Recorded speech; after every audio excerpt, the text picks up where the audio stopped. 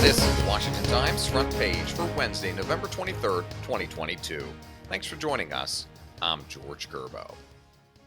The 2020 Great American Outdoors Act, the largest federal conservation program in 50 years, is funded almost entirely by oil and gas production on public lands.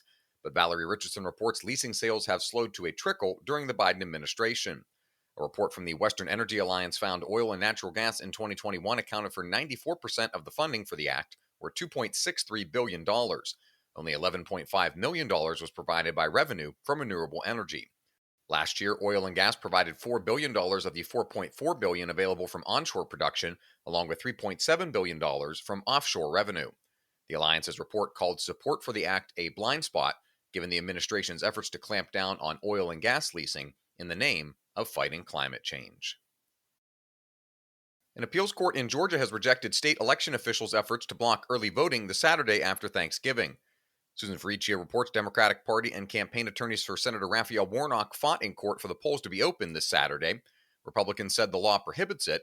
Now that Democrats have won that battle, it's expected to give an additional boost to Warnock in his race against Republican Herschel Walker.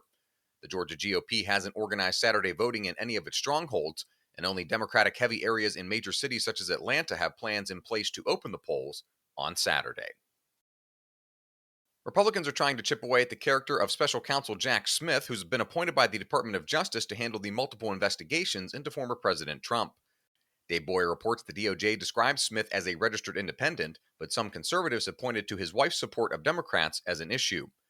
Smith, who served as chief of the DOJ's Public Integrity Section during the Obama administration, came to the attention of House Judiciary Committee Republicans investigating the IRS scandal in 2014. They said he was a key link to the IRS early in the move to investigate the tax-exempt status of conservative nonprofit groups. You can read all of these stories at WashingtonTimes.com/front page.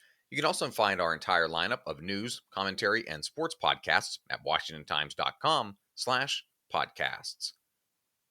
A new report from the U.S.-China Economic and Security Review Commission says China's cyberspace operations have grown rapidly over the last decade.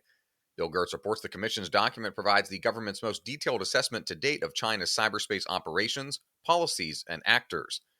China has 10 times more troops devoted to offensive cyber attacks than does U.S. Cyber Command, according to the report, and the threat is regarded as equal to U.S. military digital skills. And finally, Stephen Dinan talks with the Center for Immigration Studies to look into how migrants coming across the southern border are able to become legal parolees. The policy is offering a work permit and a foothold in the United States. The program relies on Homeland Security Secretary Alejandro Mayorkas' power of humanitarian parole. The secretary can admit people into the United States outside of the usual systems for temporary or immigrant visas. This administration isn't the first to rely on parole, but its application of the process is the most wide-ranging. Find all of today's front page stories at WashingtonTimes.com/front page or on the Washington Times app, and find us wherever you get your podcasts. Just search Washington Times in any major podcast app. You can also find us on Twitter and Instagram at Wash Times for breaking news, sports, commentary, and more. For Washington Times, I'm George Gerbo.